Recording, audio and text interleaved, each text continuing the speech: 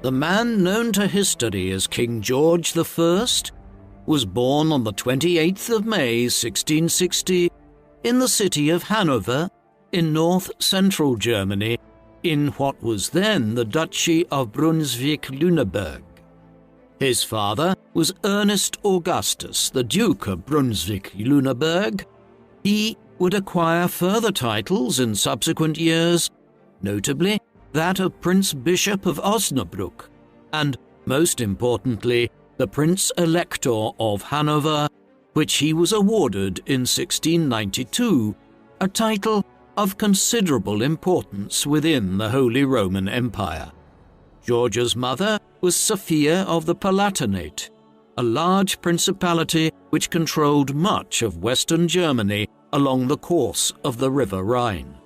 She had familial ties to many of Europe's most prominent ruling families, notably in England, Scotland, and Ireland. Her marriage to Ernest Augustus in 1658 was a political one and brought further ties to lineages such as the Danish royal family that Ernest Augustus was related to. George was their first child. 6 more would follow, 5 more boys and 1 daughter named Sophia Charlotte, who would become Queen of Prussia through marriage one day. Of the boys, the younger sons would take up military careers, given that they were never realistically in line to succeed to the Hanoverian titles, though George would have a rivalry of sorts with the next oldest son, Frederick Augustus. Frederick was born in 1661, and there was a good possibility throughout much of his life that he would succeed to some of the Hanoverian lands, as the principle of primogeniture, whereby the firstborn son or daughter, where no sons were available, would succeed to the entirety of the family estate, was not legally established yet in Hanover by the second half of the 17th century, a legacy of the medieval era when dominions were often divided between several sons. The succession politics of Hanover were not the only complication at the time of George's birth.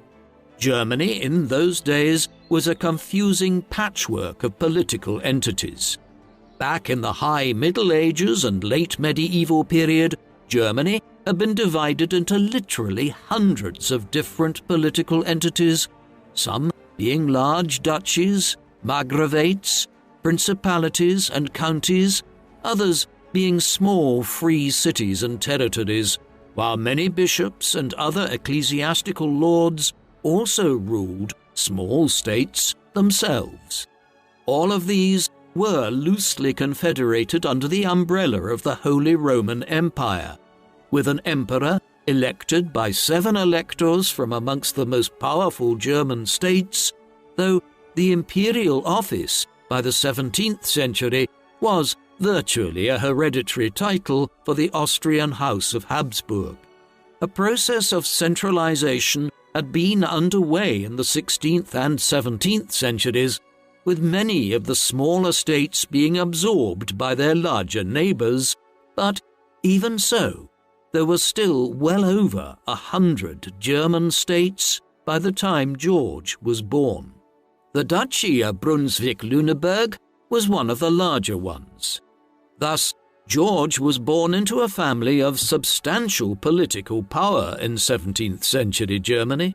To make matters even more confusing, some of these states were Lutheran Protestant, some were Roman Catholic, and others still adhered to the Reformed or Calvinist branch of Protestantism. These religious divisions had led to a century and a half of political tension in Central Europe following the Protestant Reformation, and when George was born in 1660, the Holy Roman Empire was still recovering from the 30 Years' War, which, between 1618 and 1648, had led to devastation across Germany as the Austrian Habsburgs tried, unsuccessfully, to enforce Catholicism across Central Europe. George's childhood was a relatively happy one by all accounts. His mother doted on him and his siblings to a degree uncommon amongst the upper aristocracy at that time. He was evidently not his parents' favourite, but he was viewed as a good eldest child, one who was conscientious, sober, and responsible from a young age, necessary qualities in a political heir. He received an education from the governor and receptor of the household until his 15th year in 1675, learning to speak and write in German, French, and Latin. His main interests early on, however, lay in hunting and riding, and he and his father bonded over these activities. That same year of 1675, when his formal education ended, he also began his career as a military officer, campaigning with his father against the French and allied with the Dutch in the Franco-Dutch War. George was present at the Battle of Conza-Brugge late that summer and took part in several more campaigns in 1676 and 1677. In 1679, he was afforded the title of Duke of Hanover, a sign of his position as senior heir to his father. With this title, he was sent to England in 1680 to visit the court of King Charles II there and to spend some time at Oxford, where he was given an honorary degree. It remains a matter of debate as to whether or not marriage negotiations were tentatively entered into for George to marry King Charles's niece, Anne. In any event, they resulted in nothing if they were.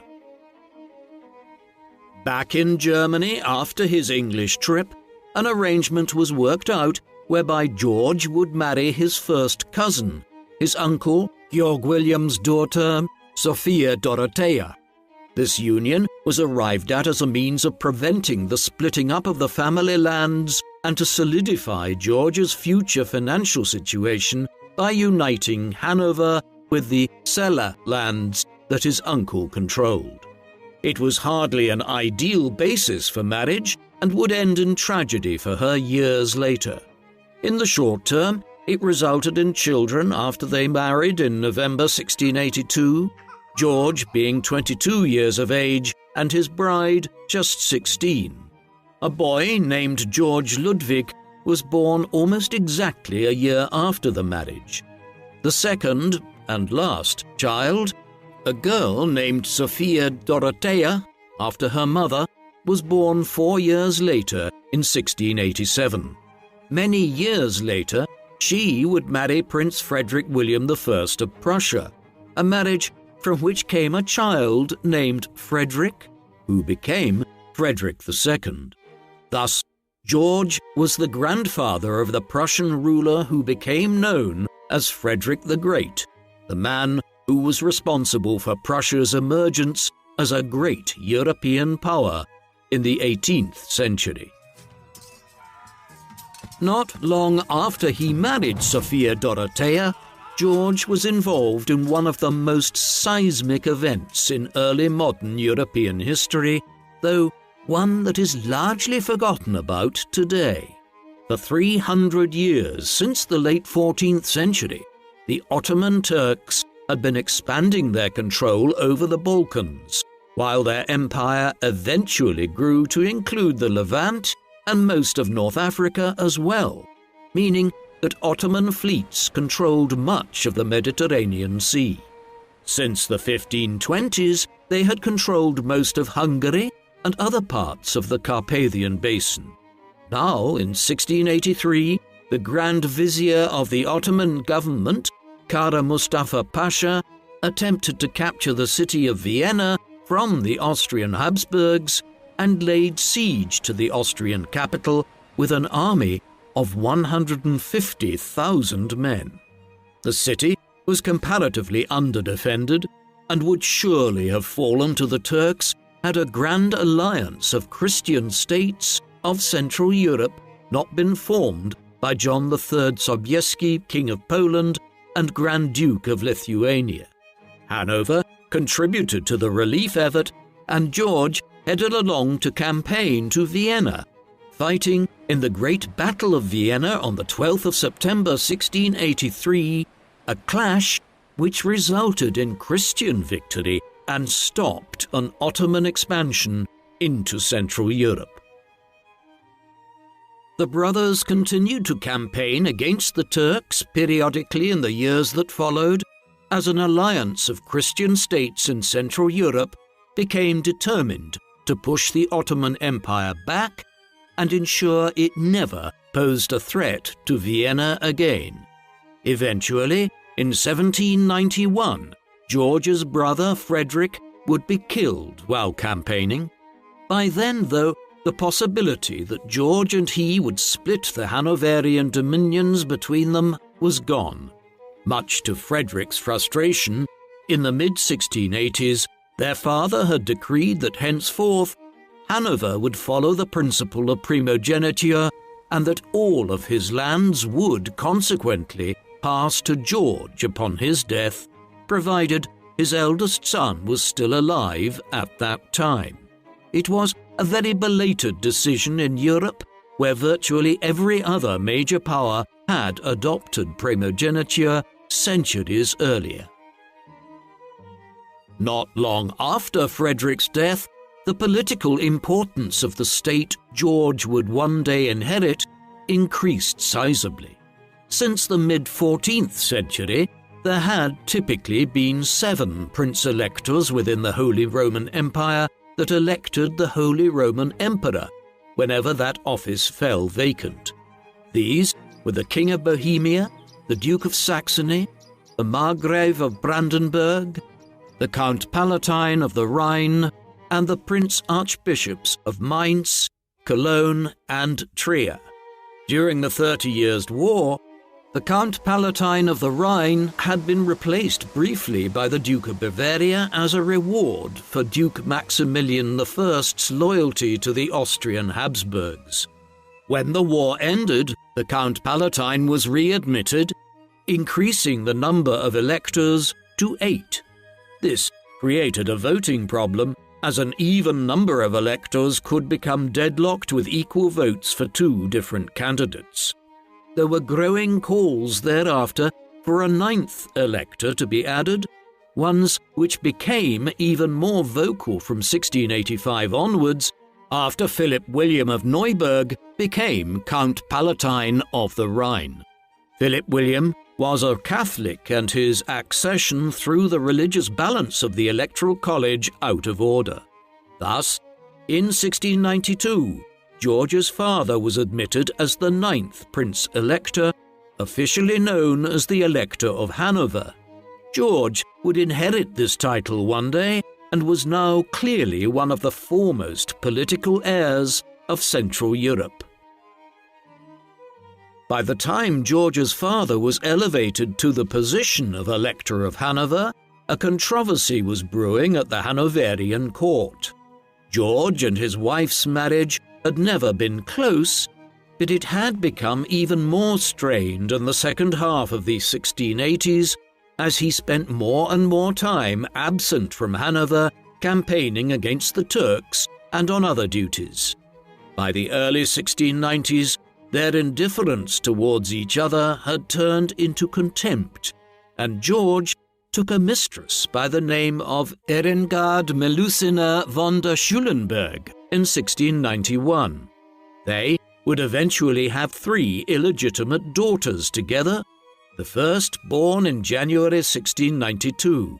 Sophia responded in kind, and in 1692 she began an affair with Philip Christoph von Königsmarck, a Swedish noble and military officer in the Hanoverian army.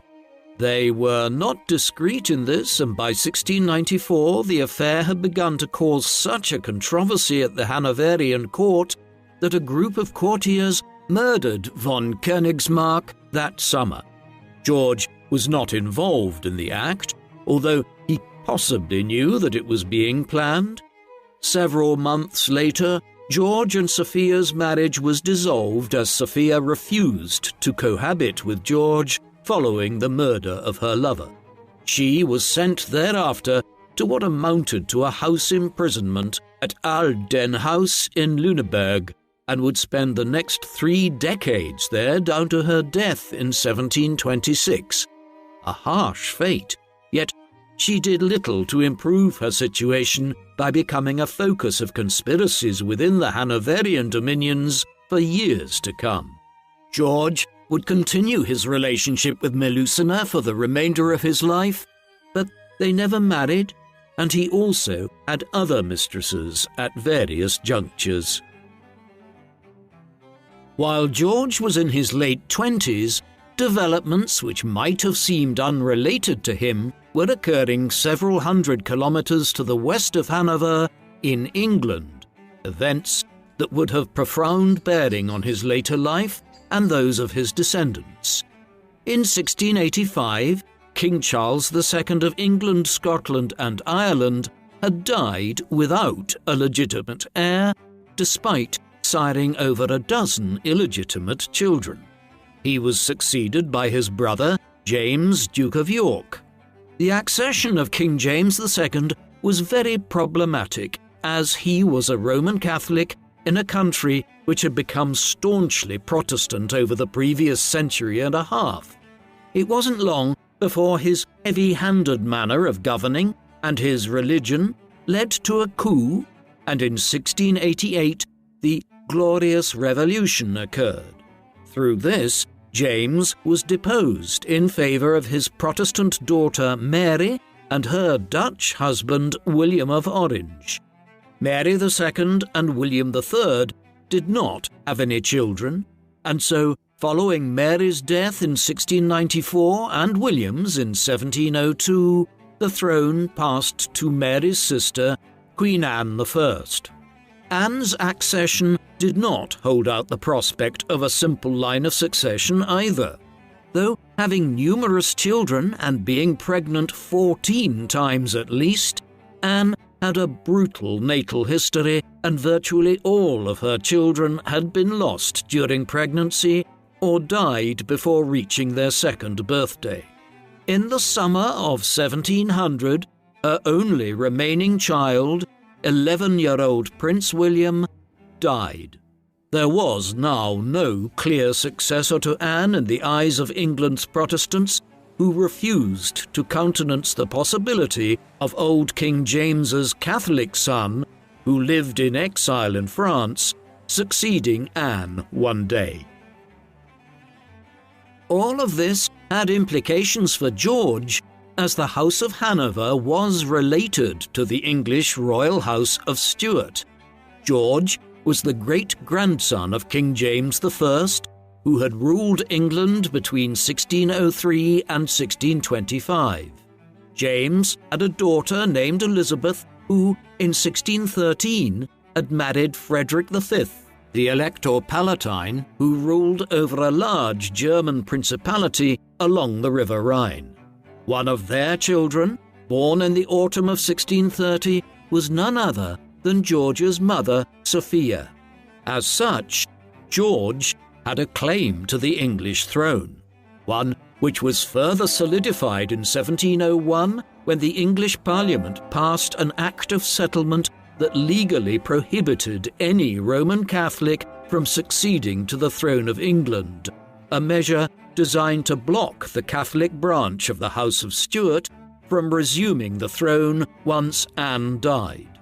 With this, it became clear that George might be the most likely successor to Anne. There was precedent for a foreigner succeeding to the English throne in this way.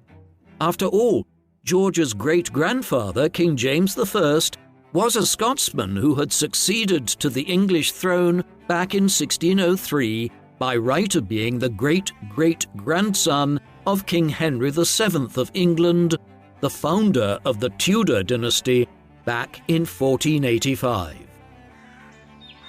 George's father died in late January 1698. With that, George ascended as Prince-Elector of Hanover at 37 years of age, and with the associated titles of Duke of Brunswick-Lüneburg and Prince Bishop of Osnabrück. Over the next decade and a half, much of his focus would be on the War of the Spanish Succession, through which a grand alliance with Britain, Austria, the Dutch Republic, and smaller German states, such as Hanover, sought to prevent a member of the French royal family from succeeding to the Spanish throne following the extinction of the direct Habsburg royal line there in 1700, when King Charles II died. Hanover was one of the more minor players in the war, which was waged from 1701 down to 1714, though still an important partner of the British, fighting against some of the pro-French German states such as Bavaria and Brunswick-Wolfenbüttel. Throughout it, George was an active war leader, campaigning himself in person during most campaigns. His qualities as a general were considerable, and in 1707 he was offered the position of Imperial Field Marshal within the Holy Roman Empire. In the end, Hanover was one of the few states that emerged well out of the war after sheer exhaustion led to peace treaties being signed in 1713 and 1714, with its position as the ninth elector of the Holy Roman Empire acknowledged by all parties, and some lands gained at the expense of its smaller neighbours like Wolfenbüttel. Another of the main issues which would come to concern George in his time as Elector of Hanover was the Great Northern War. In the 16th century, numerous powers had emerged in northern and eastern Europe that became rivals for dominance of the Baltic Sea and the Baltic States region around modern-day Lithuania, Estonia, and Latvia. The three main players were the Kingdom of Sweden, Tsarist Russia, and the Polish-Lithuanian Commonwealth, with the dual monarchy of Denmark-Norway also playing a part, and some of the smaller North German states being dragged into the conflicts occasionally. Wars had periodically occurred. They were all eclipsed, though, by the clash which broke out in 1700.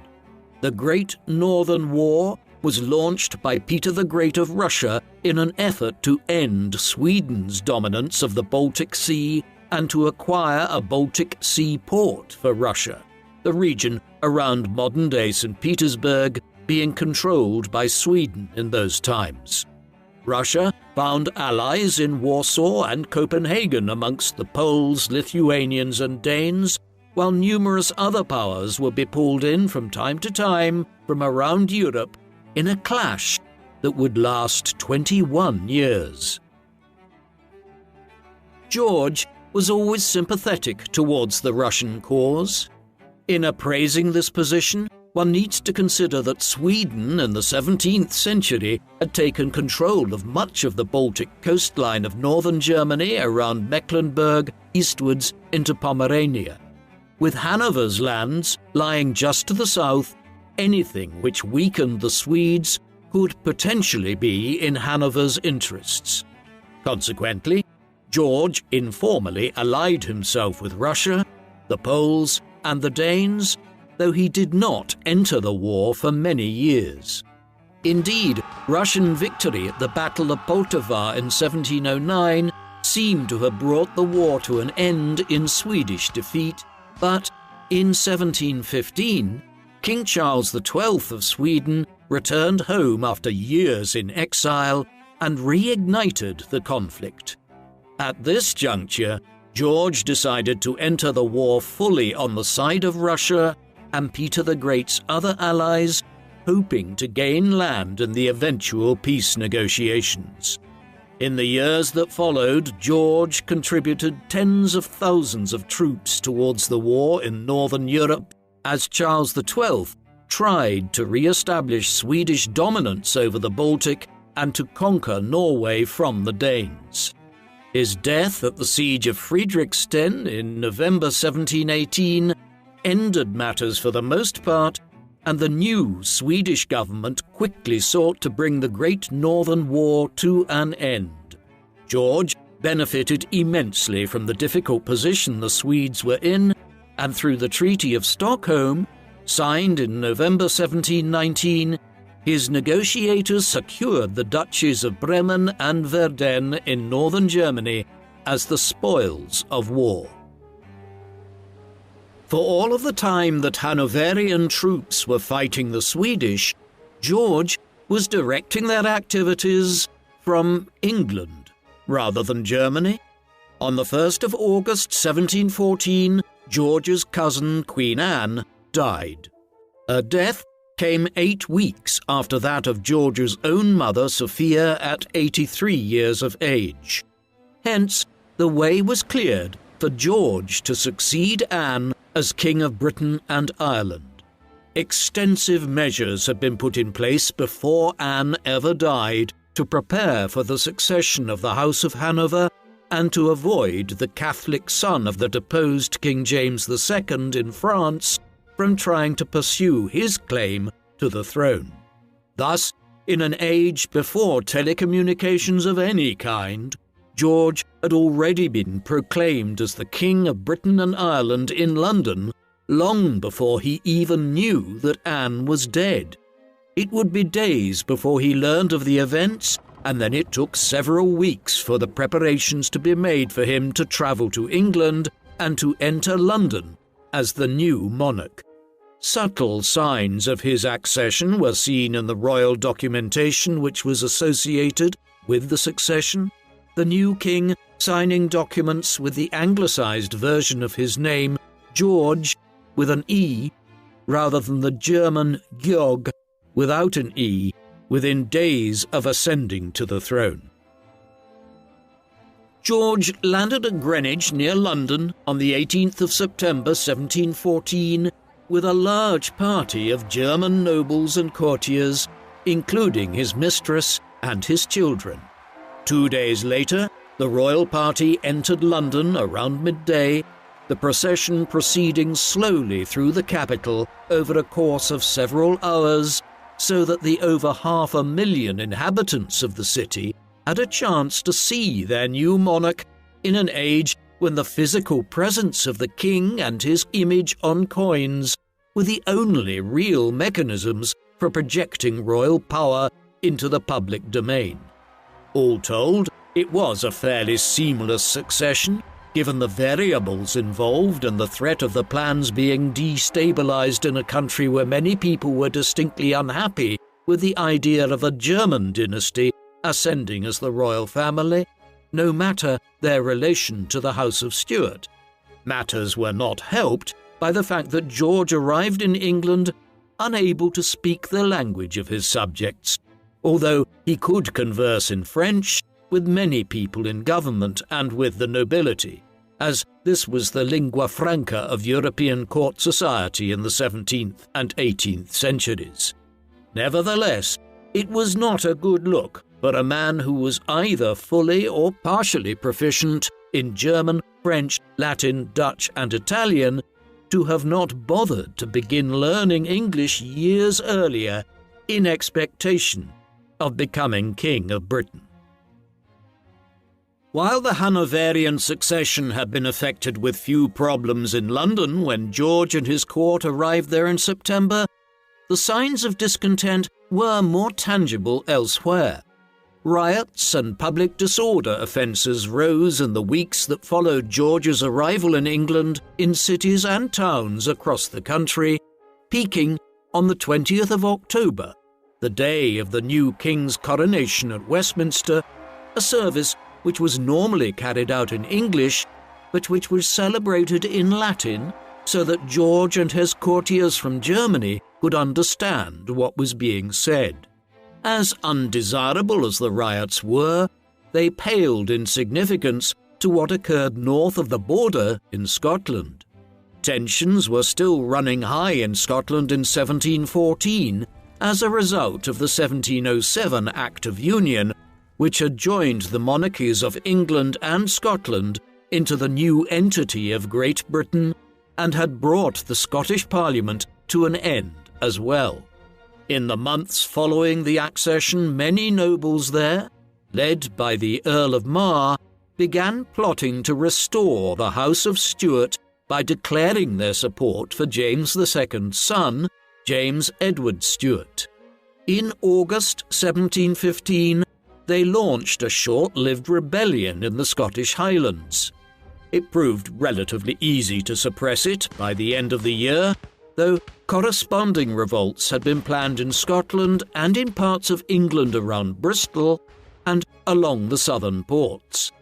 Had the Jacobite uprising been better planned, and had the Dutch not sent thousands of troops to Britain on short notice to honour the terms of a treaty signed with the English government in Anne's time, through which they had promised to aid in ensuring that George ascended to the throne smoothly, things could have played out very differently. As it was, George's regime survived this initial scare quite easily. The political system in the country George had arrived to rule was substantially different to what he was used to in Hanover. Hanover was still an autocratic principality where the elector prince ruled in association with ministers and bureaucrats that he selected personally. Britain, by way of contrast, was already well along the way to becoming a fully fledged modern constitutional monarchy. The civil wars of the 1640s and the Glorious Revolution of 1688 had reduced the power of the monarchy and strengthened Parliament, the latter of which was a nearly permanently sitting body that governed the nation and its affairs. The senior officers of state, however, were still picked by the monarch rather than being elected, though they had to command some parliamentary support to remain in office. While nearly all of these constitutional changes had occurred during the Stuart era, George had his own place in British political history in being the monarch under whom the concept of a modern prime minister emerged.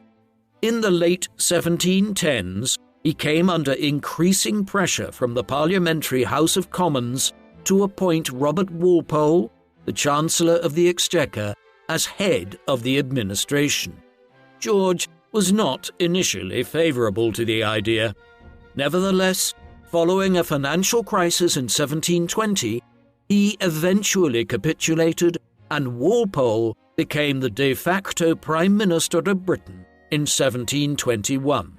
He would hold that office for the next 21 years until 1742, becoming the longest-serving Prime Minister in British history, as well as the first.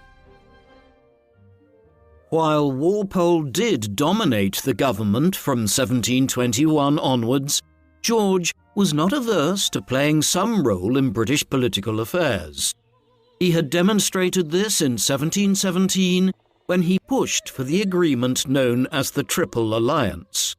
This was agreed between Britain, the Dutch Republic, and France, and was a major reorientation of European politics. For decades since the Franco-Dutch War broke out in 1672, England and the Dutch had generally been in conflict with France. The death of King Louis XIV in 1715 opened the way for realignment in such a way that would prevent the near-constant state of war that had existed between 1672 and 1714, with the Franco-Dutch War, the 9 Years' War, and the War of the Spanish Succession having mired Western and Central Europe in conflict for 28 of those 42 years. The alliance was also formed as a means of signalling to Spain, which felt betrayed by the losses it had sustained at the end of the War of Spanish Succession, not to seek a new war with the hope of French aid. The Triple Alliance of 1717 was more of a non-aggression pact than a full military alliance, but it was effective all the same. In contrast to his time as Elector of Hanover, George's reign as King of Great Britain was markedly peaceful, with no major wars enveloping Europe again until the War of the Austrian Succession broke out in 1740. There were other issues which arose during the reign between George and some political groupings in England. One concerned religion and his attitude towards the Church of England. George was a Lutheran, a moderate Protestant. On the surface, this posed little problem, but England had a complicated religious landscape in which Protestants were not simply opposed to Catholics. There were both moderate and radical forms of Protestantism, Anglicans, who conformed to the Church of England being the more moderate wing, while others were favourers of Calvinism, or Puritanism as it is termed in England. Both sides feared that George would prove either too moderate or too radical. In the end, he outflanked both sides by steering a via media, favouring a politique approach to religion, the primary goal of which was avoiding religious controversy of all kinds. Catholicism was the enemy in George's eyes, and so he sought to dampen religious tensions amongst Protestants. Elsewhere, when it came to Parliament, George was forced to make concessions in the form of the Peerage Bill of 1719, a piece of legislation which was introduced to halt the creation of new peers or nobles out of a general concern that too many Germans were being awarded British noble titles following the Hanoverian succession. The Peerage Bill was as much directed against the Prince of Wales as it was against the King himself. George's son, the future King George II, was a forceful figure who tried to play a role in British political life in the first years of his father's reign in Britain. This soon led to conflict between father and son in a relationship which had always been strained. Matters came to a head in 1717 over the arrangements for the baptizing of the Prince of Wales's son, George's grandson, Prince George William. The ceremony descended into an argument between the Prince of Wales and the Duke of Newcastle, leading to a challenge of a duel. Annoyed by this public display of impetuosity by his son, a rift ensued between king and prince, one that dragged on well into 1718. They were eventually reconciled to some extent, but the relationship between George and his heir was always a strained one. It is difficult to get a sense of who the man that was managing this transition in British government was. Historians have tended to view George as one of the most elusive and secretive of all the country's monarchs. There were contradictions. For instance, his correspondence with his daughter, Sophia Dorothea, indicates a loving parent. On the other hand, his treatment of his wife, Sophia's mother, was abysmal. The same contradictions existed when it came to his role as monarch. His failure to learn to speak English in advance of Anne's death, along with the sporadic manner in which he picked up some of the language thereafter, seems to indicate a lack of interest in what his British subjects thought of him. At the same time, however, there is evidence that when he did begin to learn more English in the 1720s, it was for the purposes of discerning how he was being written about in the English newspapers. He was socially awkward and never became comfortable in his position as head of a large royal court, yet in more relaxed environments behind closed doors with friends, he could be strikingly informal for a monarch, favouring bawdy jokes and being quite self-deprecating. One thing is for sure, he was not, as some earlier generations of historians made out, an unintelligent man. No ruler that was dim could have managed the Hanoverian succession as successfully as he did.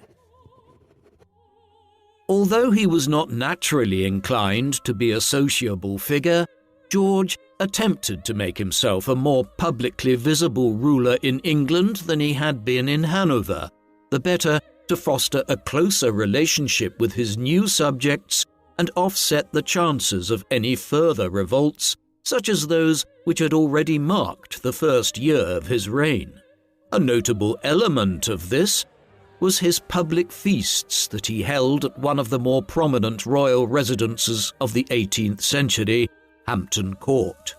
During the summers, he would invite dozens of guests to these feasts, held on the grounds of this location, while more still would be invited to attend the gardens there, where George would progress in the evenings, meeting his subjects and hearing their petitions. Through these interactions and his own efforts, he slowly began to learn English. How fluent he became has been debated, but there are government documents from the 1720s, years after he arrived in England, which demonstrate that he was able to read English to a certain extent by that time. He also presided over regular hunting trips to which members of England's nobility and political and economic communities were invited. Spending on his court was high and was geared towards winning over the political classes in England, cementing the status of the Hanoverian dynasty as the new royal family.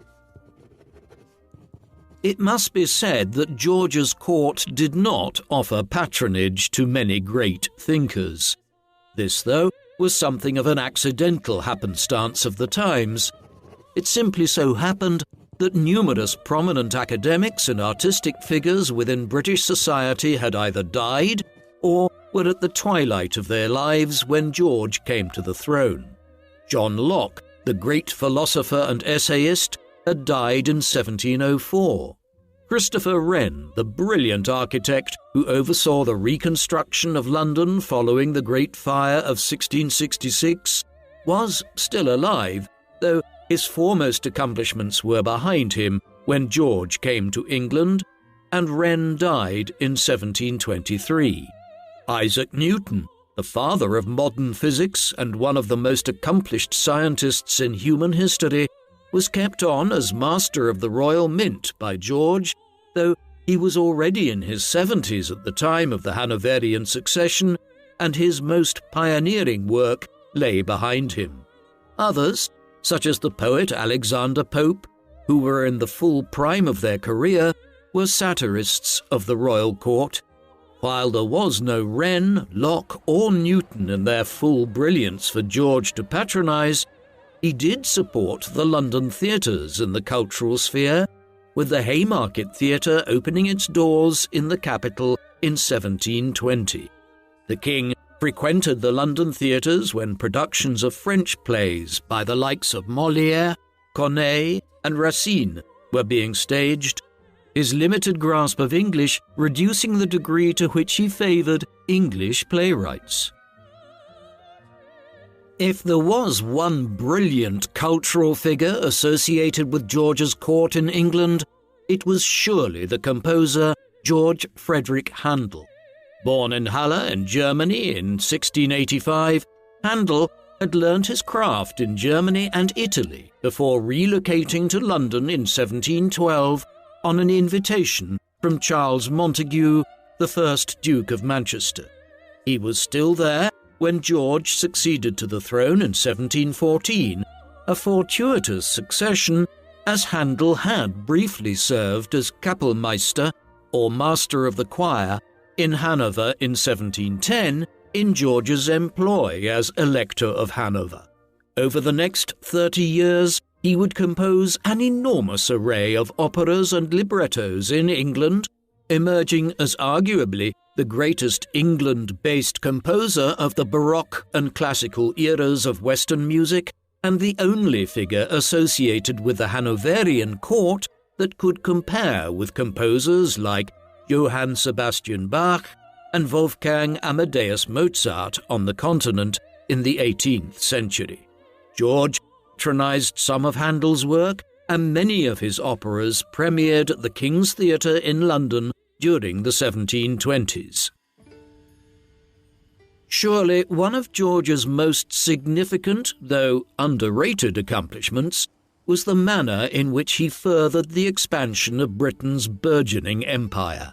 When he came to the throne, England had already settled colonies in many regions. By then, the initial English colonies that had been founded in Virginia and New England in the early 17th century had been expanded through the granting of new charters to would-be colonists and war with the Dutch to secure New Netherland, which was seized and renamed New York, resulting in an unbroken string of colonies stretching from New Hampshire in the north south to the Carolinas. In the Caribbean, there were numerous prosperous sugar plantation colonies on islands like Jamaica, Barbados, and smaller enclaves like St. Kitts and Nevis. Elsewhere, while England only had a few coastal toeholds in India, its commercial activities here were expanding under the aegis of the English East India Company. This was a significant base to commence from. George's reign saw a modest but important expansion of this colonial activity. One notable element of this, which still impacts on the geography and administration of the United States 3 centuries later, was the establishment of a new colony in the region lying south of the Carolinas and north of the Spanish presence in Florida. Colonists had begun settling here to avoid the jurisdiction of either the Carolina or Virginia colonial governments in the late 17th century, but the expansion into the area accelerated in the 1710s and 1720s. George's government encouraged and began preparing to establish a new proprietorial colony there, though it would be a few years after his death that this was finalized. It was named Georgia and would go on to become the modern-day U.S. state that bears the same name. Elsewhere, a British colony on the island of Newfoundland in what is now eastern Canada that had been established during the latter stages of Queen Anne's reign was expanded by George's government, while in the Caribbean, the Bahamas became a British Crown colony in the 1720s after George's government had engaged in an extensive campaign to suppress the pirates operating here in the second half of the 1710s. In other respects, George's reign set more nefarious precedents. The 1710s and 1720s saw a considerable increase in Britain's involvement in the transatlantic slave trade, and the king himself benefited hugely from this trade. George's profits from the slave trade accrued primarily from his position as governor of the South Sea Company, a joint stock company which had been established in 1711 with the goal of reducing the national debt after years of involvement in the War of the Spanish Succession by undertaking new trading voyages to the South Seas, the early modern term for the South Pacific, an area which, unlike the Atlantic Ocean and the Indian Ocean, was still relatively underexplored and underexploited by the European powers in the 18th century.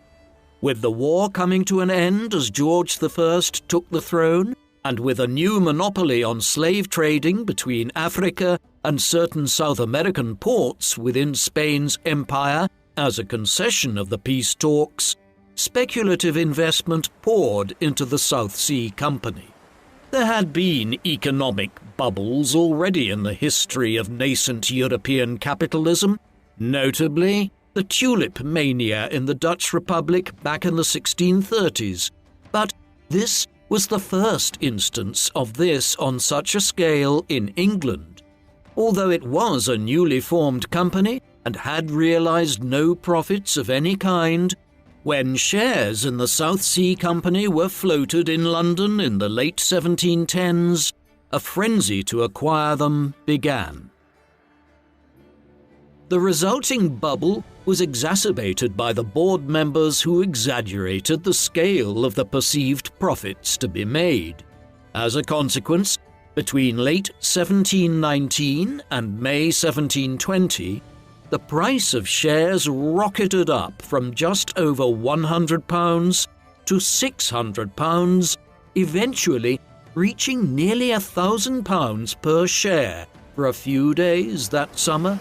Then it all burst, and in the course of 1721, shares fell back to below £100. The South Sea Company did not go bust and would function as a valuable joint stock company until the mid-19th century, exploiting things like the whaling industry in the South Atlantic, but the South Sea bubble of 1720 ruined the personal finances of many individuals.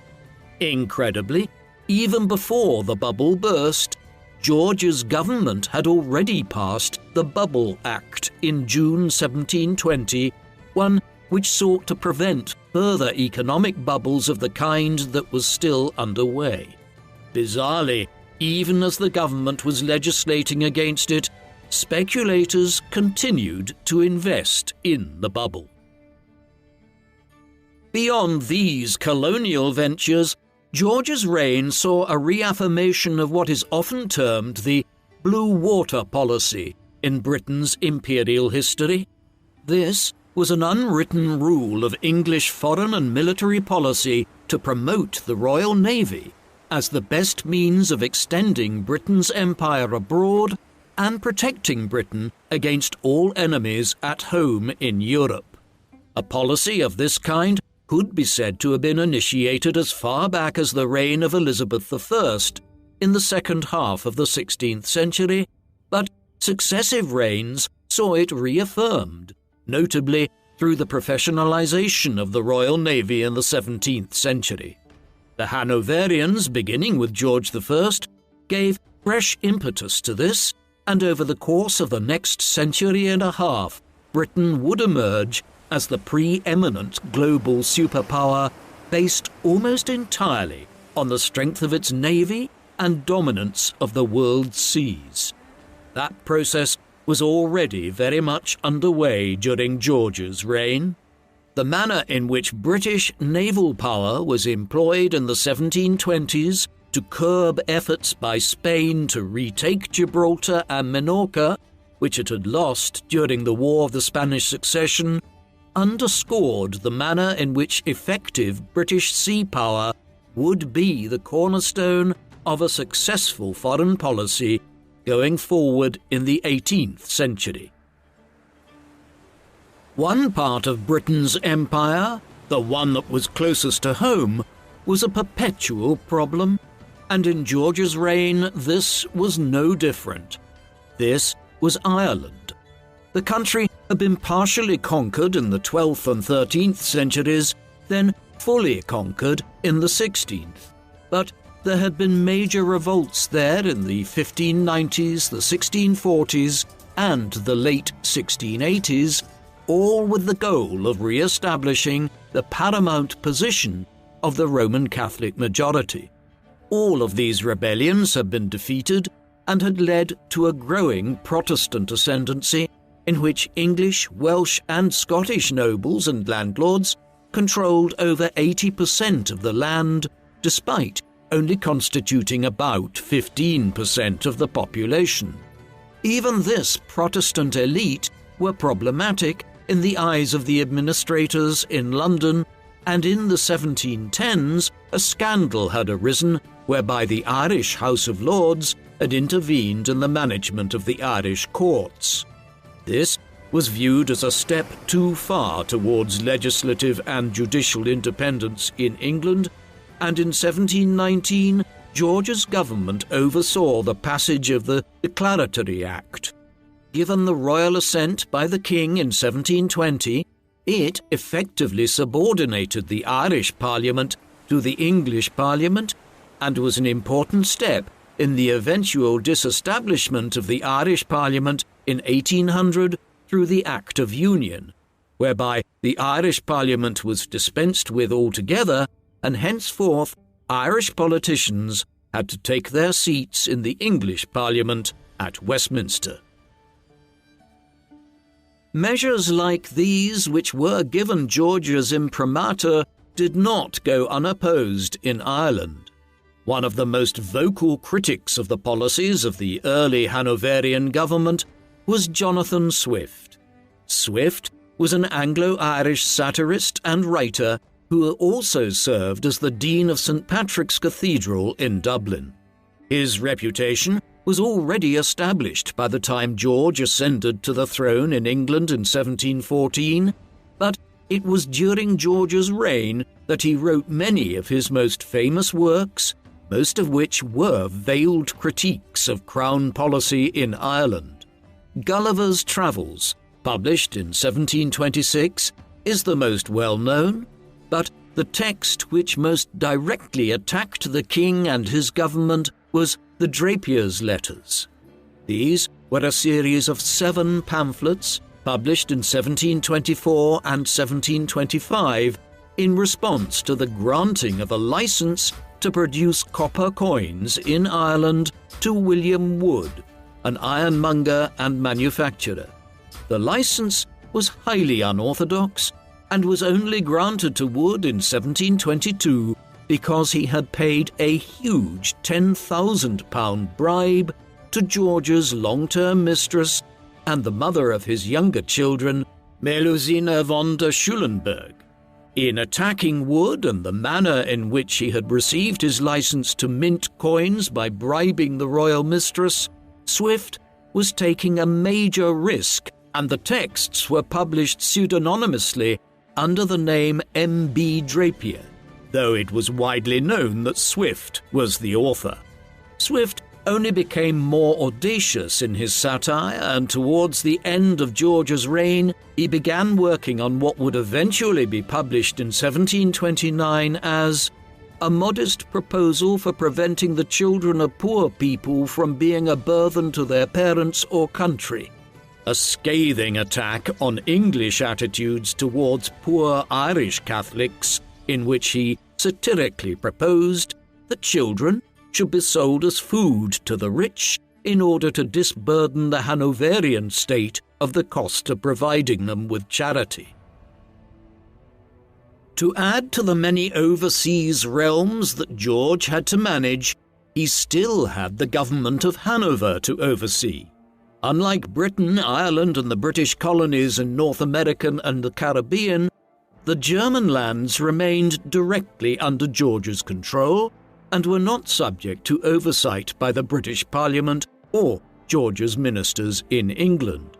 Although he lived for most of his life after 1714 in England, George returned to Germany periodically, visiting in 1716, 1719, 1723, and again in 1725, the latter visit carrying on into early 1726.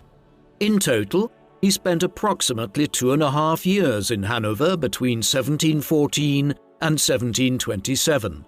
During one of these visits, he finalized the Treaty of Charlottenburg, through which an alliance was formalized between Britain, Prussia, and the Electorate of Hanover, though many of the terms outlined in it, including marriage alliances that would involve George's children and grandchildren, were never followed through on. The episode is indicative of the international diplomacy which generally ensued when George visited Hanover, though the day-to-day governance of his German dominions was placed in the hands of administrators such as Andreas Gottlieb von Bernstorff and Hans Caspar von Bothmer, whom George trusted implicitly to run affairs in his absence.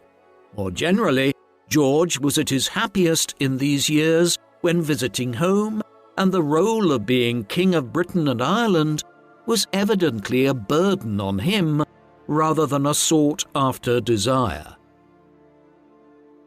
George's final years were ones of increasing retirement. He allowed Walpole to continue running the government and stepped back even further from day-to-day administration. The few acts which he did engage in were symptomatic of this. For instance, George is generally credited with creating the Order of the Bath, one of Britain's highest chivalric honour classes, in 1725, junior today only to the Order of the Garter and the Order of the Thistle. But the new honour was really Walpole's design, as he developed a new honour which he could use to reward his own allies and it became a form of patronage offered by him as Prime Minister rather than by the king as monarch.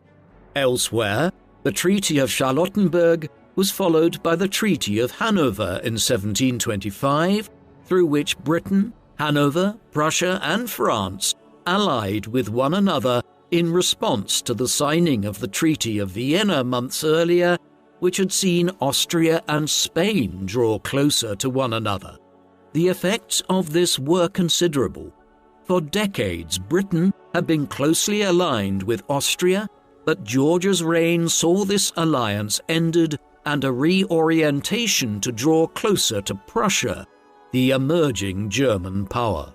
Beyond such concerns, George spent much of his later years engaging with his growing brood of grandchildren. An interesting side note is that in the second half of 1726, he offered a home in exile to a young Voltaire, the future giant of the French Enlightenment, having had to absent himself from France after getting into an argument with the powerful Duc de Rohan. It was in England that Voltaire came into contact with an environment of liberality that he later claimed shaped his work for decades to come after he returned to France.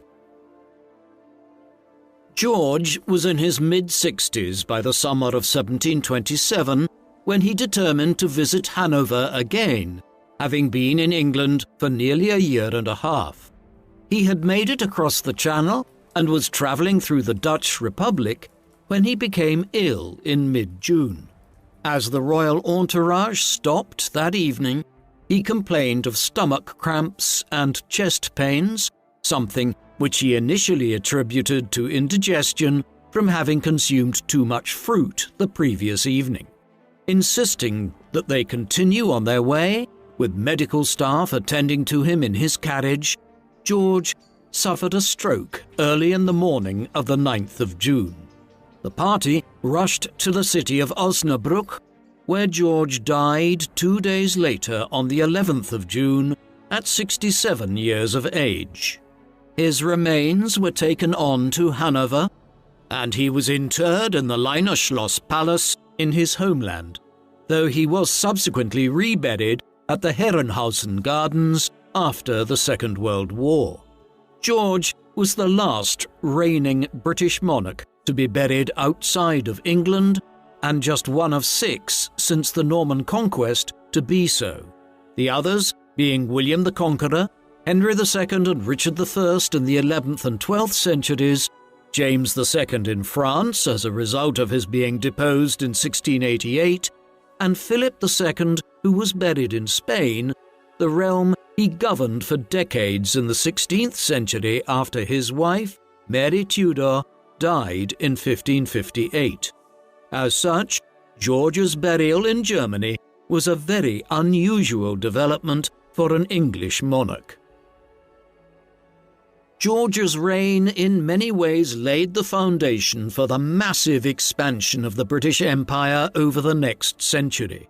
During the reign of his son and successor, King George II, which lasted down to 1760, Britain's commercial and colonial interests grew, with the first array of large conquests in India in the mid-1750s, around the same time that Britain was displacing the French from Canada.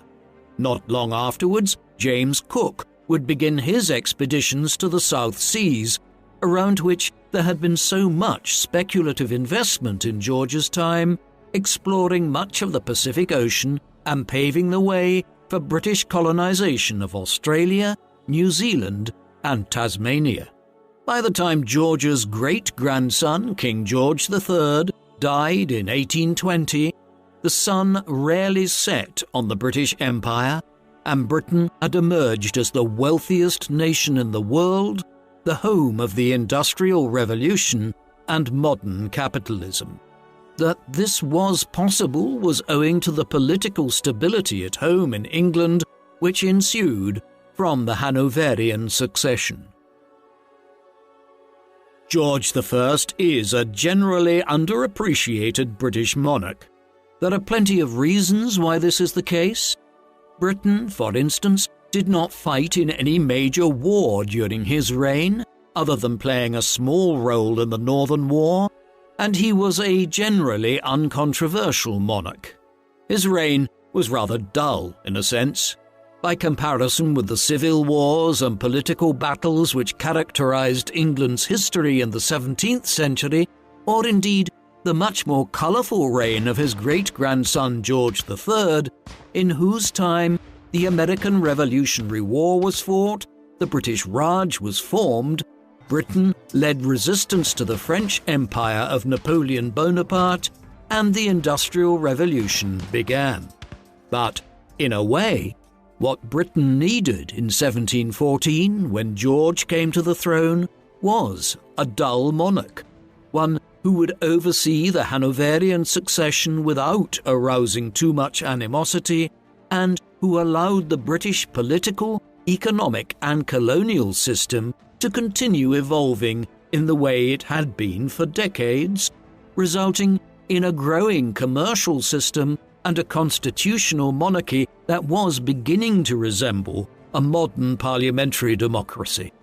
George might not have been a great monarch, but he was an ideal monarch to establish the Hanoverian dynasty and put Britain on the path to becoming the world's preeminent superpower in the 19th century.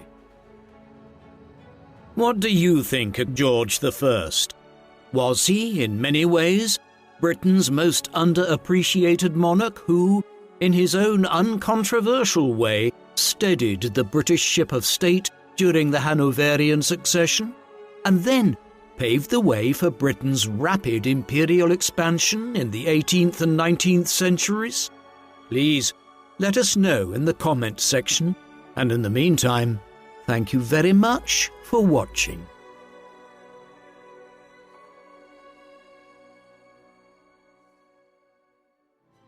Thank you for watching People Profiles Documentaries. Please subscribe if you haven't already, and don't forget to hit the bell icon to get notifications so you never miss an upload.